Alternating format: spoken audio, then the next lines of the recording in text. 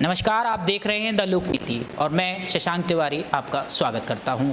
आप सभी को बाल दिवस की हार्दिक शुभकामनाएं। और आज मैं आपके सामने कुछ ऐसा पेश करने जा रहा हूं जिसे समझने के लिए एक बच्चे का दिमाग रखना बेहद ज़रूरी है। शुरू करने से पहले मैं आपके सामने नवाज़ देवबंदी की कुछ लाइनें पेश करना चाहता हूं, क्योंकि ये लाइनें बहुत कुछ कह देती हैं। ये लाइनें बेहद अहम हैं। जलते घर को देखने वालों, फूस का छप्पर आपका है। जलते घर को देखने वालों, फूस का छप्पर आपका है। पीछे पीछे तेज हवा है, ये आगे मुकद्दर आपका है। उनके कत्ल पर मैं भी चुप था, मेरा नंबर अब आया। मेरे कत्ल पर आप भी चुप हैं, अगला नंबर आपका है। भारत में सभी को पता है कि बाल दिवस यानी 14 नवंबर को मनाया जाता है। इसे पूर्व प्रधानमंत्री पंडित जवाहरलाल नेहरू के जन्मदिन पर मनाया जाता है। बाल दिवस की अवधारणा मूल रूप से अंतर्राष्ट्रीय है। यूएनओ द्वारा इसे सन 1954 में विश्व भर में 20 नवंबर को मनाया जाता रहा। हमारी कंट्री में इसे सन 1956 में इसी दिन मनाया जाता रहा। इसे वर्ल्ड वाइड इसलिए बनाया जाता रहा क्योंकि इस तारीख को कभी सन 1959 में बच्चों के अधिकारों की घोषणा हुई थी। अब ज़्यादा डिटेल्स ना देते हुए मैं पॉइंट पर आता हूँ, क्योंकि डिटेल्स तो आपको गूगल बाबा में भी मिल ही जाएगी। बच्चे दिल के सच्चे, मन के कच्चे। कहते हैं इस दुनिया में सबसे बड़ी माँ होती है। माँ दुनिया का सबसे छोटा शब्द है, लेकिन किसी इंसान के जीवन को बनाने में सबसे बड़ा, क्योंकि इसकी उत्पत्ति, उसका अस्तित्व माँ ही तो है। बच्चा जब अपनी माँ की कोख में होता है, उसी वक्त से सारा जीवन भर निस्वार्थ रिश्ता जुड़ जाता है।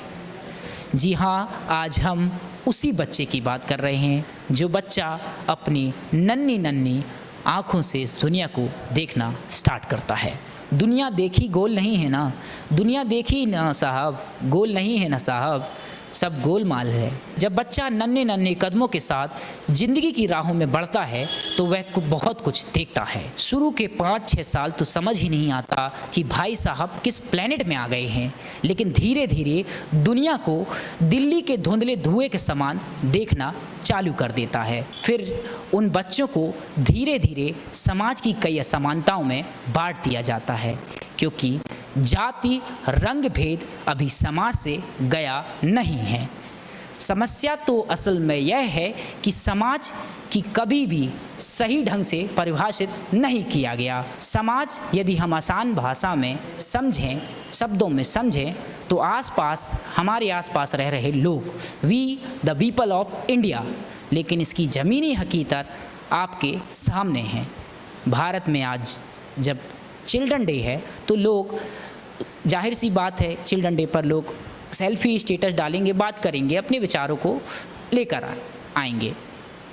तो आज मैंने भी कुछ ऐसा ही किया है, लेकिन इनका संबंध उन ईमानदार एनजीओ या वॉलंटियर से बिल्कुल भी नहीं है, क्योंकि मैं जानता हूँ ज़मीनी हकीकत में कुछ कॉलेज के यूथ अपनी पॉकेट मनी से पैसे जुटाकर ऐसे सामाजिक कार्य करते हैं।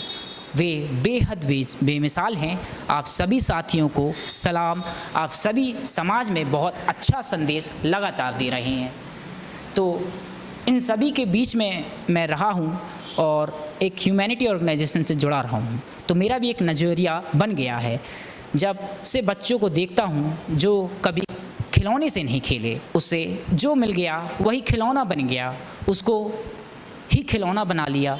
जब आप किसी ऐसे बच्चे की मुस्कुराहट देखते हैं तब आप पाते हैं, क्योंकि बच्चे मन के सच्चे होते हैं, उनमें फरेब नहीं होता। क्योंकि आपने कभी ऐसा नहीं पाया होगा कि हिंदू का बच्चा अलग मुस्कुराता है, मुस्लिम का बच्चा अलग मुस्कुराता है, गरीब और दलित का बच्चा अलग रंग का मुस्कुराता है। सभी जाति रंग कौम के बच्चे एक ही ढंग से मुस्कुराते हैं, रोते हैं, चिलकते हैं, बिलकते हैं। लेकिन जैसे जैसे हम बड़े होते हैं, हमारी सोच बदलती है, दिमाग बढ़ता है, लेकिन हमारे दिल का बच्चा छुपा रहता है, हर किसी के अंदर होता है। भारत के बच्चों की बात करें, यदि भारत के बच्चों की हम बात करें तो वो बच्चा जो अपनी आर्थिक तंगियों से परेशान है, अपनी फीस, स्कूल की फ़ीस को लेकर परेशान है, उसके दिमाग में कितनी नेगेटिविटी होती है, कितनी धारणाएं आती हैं, कितनी यातनाएं आती हैं, आप उनसे पूछिए। आजकल वैसा ही जेएनयू में स्ट्राइक हो रहा है। जेएनयू में फ़ीस बढ़ाए जाने के ऊपर लगातार बच्चे स्ट्राइक कर रहे हैं। फ़ीस तो जेएनयू में उसमें बढ़ाई नहीं गई, लेकिन हमारे देश के आईआईटी, आईआईएम इन सभी में फ़ीस बढ़ाई गई। और बच्चे ये सब कर भी सकते हैं क्योंकि बच्चों का यह हक है और संवैधानिक हक है, क्योंकि हमें संविधान ने अपनी हक लेने का अधिकार दिया है। लेकिन उनसे कौन पूछेगा? आज भी जो इतने बच्चे भूखे हैं, नशा करते हैं, तरह तरह की नशा करते हैं, हम देखते हैं कि वह तरह तरह का नशा करते हैं, लेकिन हम इग्नोर मारकर रोज़ की तरह अपने काम के लिए आगे निकल पड़ते हैं।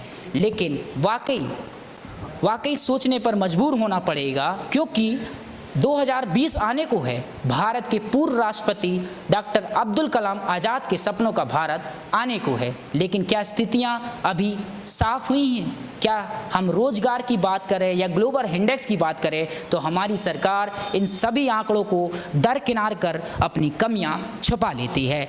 लेकिन आज समाज को ज़रूरत है कि हम सभी को आगे लेकर बढ़ें। जब अगली बार आप ऐसे किसी बच्चे से मिलें तो आप उसे समझने की कोशिश करें। भावनाओं में कुछ थोड़ा सा बह जाता हूँ। ऐसी जागरूक और सामाजिक समझता वाले बोल के लब आज़ाद हैं तेरे देखने के लिए हमारे परिवार द लोकनीति से लगातार जुड़े रहें। और यदि आप इसे फेसबुक में देख रहे हैं तो फेसबुक पेज लाइक करें, यूट्यूब में देख रहे हैं तो यूट्यूब का चैनल सब्सक्राइब करें, शेयर करें। जय हिंद, जय भारत।